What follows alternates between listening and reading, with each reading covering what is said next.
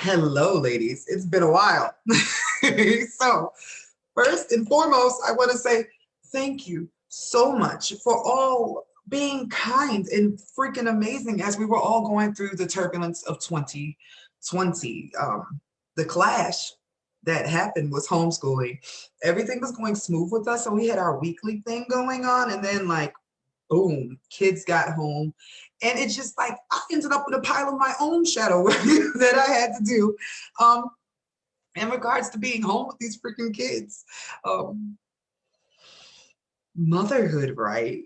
For those of you who have kids, you have this whole idea of who you're going to be as a mom in your head. And in your mind, you don't have any of the circumstances or variables that could happen that could turn you into trunchbull. Because sometimes that's how it's been during this quarantine. So, welcome to 2021. As you can see, I'm doing much better. If you look back at some of the old videos, if you're new to the group and you see the catalog, you'll see the difference. But I am so happy that I was able to take the time to start implementing all the things I learned and to learn some new stuff that comes along with having to deal with the fact that most of us are home or out dealing with jobs we don't want to be at right now because it's literally dangerous.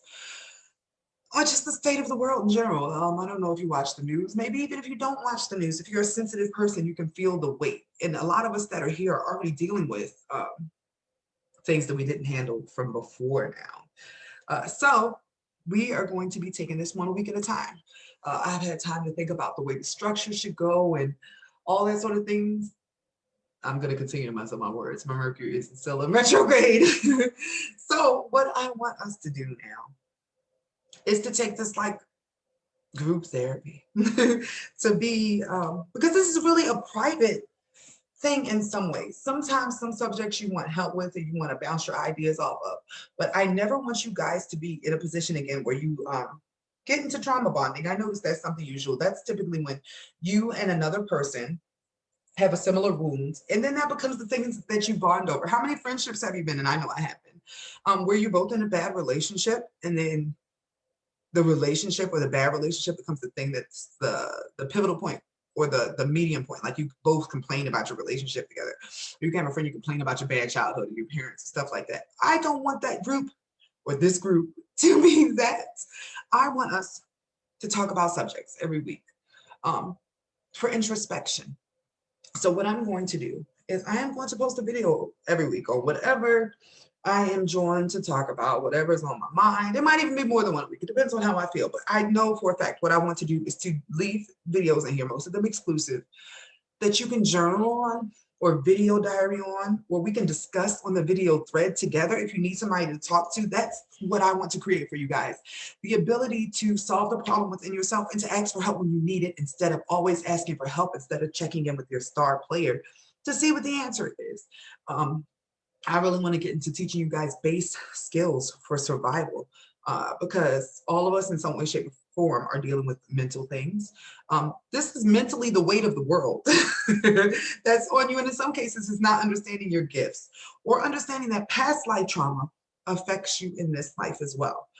These are all things that we are going to get to this year. So this week, what is your assignment? I actually want you to do something for yourself.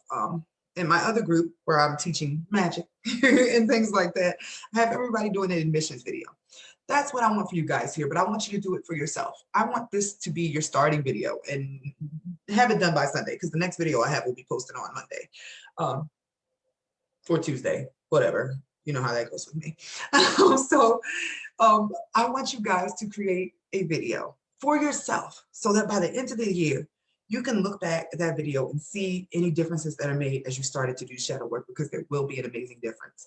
I wish I had a picture I could show you guys of last year versus this year. I've actually officially been in my house now. Nobody knows that when I started this business, I was living in my van. I was living in my van for a good couple months. I had been a wedding photographer for many, many years.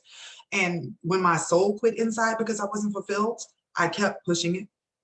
I kept trying to work because, you know, money and having to take care of kids. But once your heart isn't in it, everything starts to fall apart on its own. And that's what happened to me. I actually physically fell. I was shooting a wedding and we had to stay at a hotel.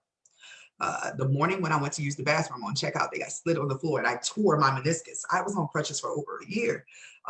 That made it very nearly impossible to do weddings. I still showed up and I still tried to do them because people would complain when it was my husband and not me, even though he was my teammate in the whole wedding thing. Um, and then people would complain when I was on the crutches doing the weddings. And then really, you know what? At the time, I was such a victim. I felt like life was falling down on me. A, B, C, and D, like everything sucks. But life was pushing me to learn boundaries for myself. There were times, like for instance, I got paid $500 to come to Arizona for a wedding. Um, I did not realize my own worth, so I burnt myself out um, underselling myself. I set myself up for things, took money for things I probably should not have just because I didn't think I could charge more. There were times where I'm like, I got to pay these bills, just all the wrong motivation that could have been avoided if some things inside with me had been handled ahead of time. Um, that is what I want for you guys. I want you to be able to sit down and look at things that used to make you cry, even though it still might choke you up a little bit. See, now I can get through it without crying.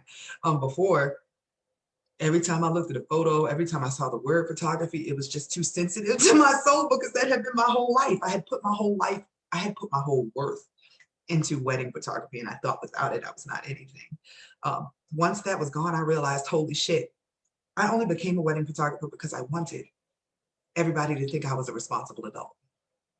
I'm a witch. And that's what happened. Um, the awakening process began when I was 33. It's like a timer went off. Something happened. Like I just started looking at things different, like noticing things that other people didn't notice. Like, hey, does that number keep popping up for you guys? And literally had a ladybug following me. And I'm like, holy shit. Like everywhere I go, there's this ladybug. And I looked it up on Google and it said spiritual awakening. I'm like, what the hell is it, a spiritual awakening? So I looked it up on YouTube and the next thing I know, I'm like bawling because like, this is what's happening to me. From that moment on, and at that point I was already on the crutches. This became my life. I was searching every book, every website. I joined every group I could possibly join, just trying to get all the information. Like, what is this happening to me? What is this amazingness? Does it turn out that everything that I ever thought that I shoved in the back of my mind is actually real? And I've been depressed my whole life because I've been trying to box myself into this when I am really this, this job, this career, this page, this group, everything is me being this and finally allowing myself to be the fullness of myself. And in being the fullness of myself, uh, I'm going to pass that on. I want everybody to be their glow up self and not the box version. What is normal? Normal is the standard that has been set by people who say that you should look and act and think and live your life like this. Fuck normal. What is in your soul? What is in your heart? What is your happiness? Because I literally, the first time I watched The Joker was not until after I was no longer homeless and everything had sort of worked itself out because manifestation, I learned magic. I was able to take our lives from completely losing a business, living in a van, riding around all day, to a 4-bedroom house on a lake where I can watch like old white dudes golf every morning in my backyard and listen to the birds based on manifestation. Learned a lot of freaking magic, learned a lot of alchemy. At this point, honestly, I don't even have to use candles. I use candles to open roads and remove blockages and stuff. But as far as manifesting it, it's all mental, because the more that you clear out and the more that you get into alignment with yourself without the shadow or without the voice of other people in your head telling you you can't do it, you can achieve anything. And I promise, I'm telling this from experience. I was 450 pounds. I'm almost down to 300 now. And it all was from me literally swallowing myself. Like the anxiety was me not being myself. Like as a wedding photographer, I had to make sure my hair looked a certain way. I always kept it in a bun, which is why now, you see here, my husband tells me it's not an issue, but I know I've been wearing my hair in a bun for over 10 years. I wore it in high school because I did not know what to do with my hair. Nobody in my family has my hair textured. So I started putting it in a bun. Now I have remnants. This is the type of stuff we need to discuss in here because little things take away from you being who you are and you don't even realize where they started. The first time I started wearing my hair in a bun, it was because I saw the Mariah Carey video breakdown. As a person of color, in a family of color, I am the only one this color. And it's not because I'm mixed or anything. I'm just a recessive child. And I believe that in every generation, there's a recessive child who sort of stands out as different, but it's meant to be there to break, what's the word I'm looking for? I don't want to say chains. That's what it is. Generational stagnance, if you will, things that need to be changed. I am that person, and it requires hella L's because nobody in your family understands. But in you having your own children and starting your own line, you are breaking something for the line that you came into with your energy. Because what are your children going to do? Your children are going to take what you learned, what you taught them, and pass it on, not what your parent did that fucked you up. Because we're all learning different ways to evolve and become the best versions of ourselves.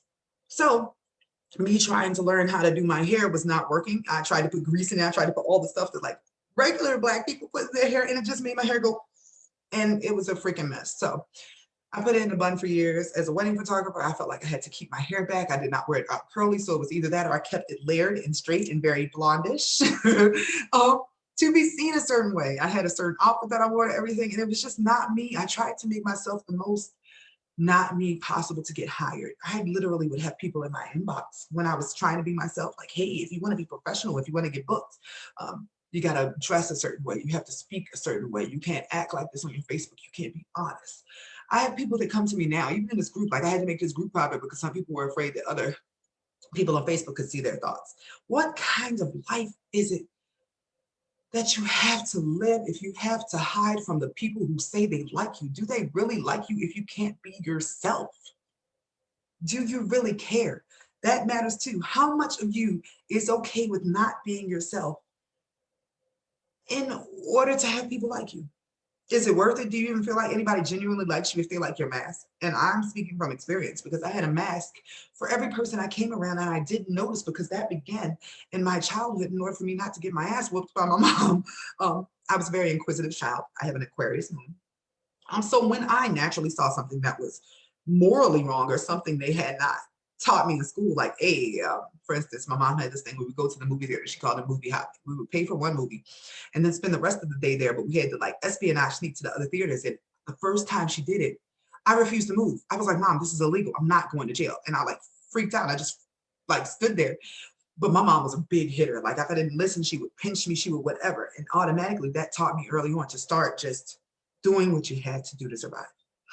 Whether you agree with it or not, do what you have to do to survive. And that definitely went on to even sexual instances. There have been times I was touched and I didn't know how to assert myself, or I felt like maybe I put myself in a position to deserve this. And this is all based upon the fact that when I was little, I just tried my best to not get in trouble. There are so many behaviors that you learn young that you don't recognize until you do this thing called shadow work. How many habits are you still keeping just to survive? Because now we're adults. We don't have to do that anymore. Life can be beautiful. And this is the beginning of it. I want you to have a real heart to heart with yourself. If you're better at writing, have a heart to heart through your pen. Just get it out the same way I'm getting this out to you. Cry it out if you need to.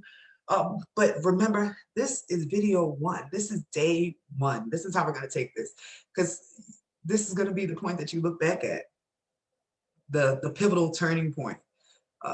For some of you, it might be your lowest point, because I see that a lot of people are going through it too, but we are a squad. We are a team. And over the course of this next, how many weeks are in a year? Like 50? I don't know. Once a week, I will be here to talk to you about whatever has been put on my mind, to jog your mind in the process of shadow work, uncovering all those things that have been tucked away, all those memories, all those thoughts, all those unconscious behaviors, all the parts of yourself that you have dismissed in order to create this facade of yourself that you feel is more accepted.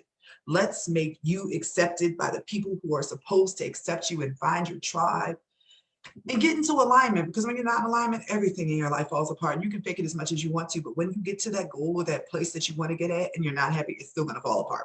We see it happen to celebrities all the time. They get famous and then you still see them depressed. It's because shadow work. So your assignment, create a video or write something that tells you, future you a year from now, where you are at this moment, where you want to go, what you want to fix, what you have noticed. Just be honest with yourself and don't limit yourself on this journey. Welcome to Shadow Work with me. Y'all have a good day.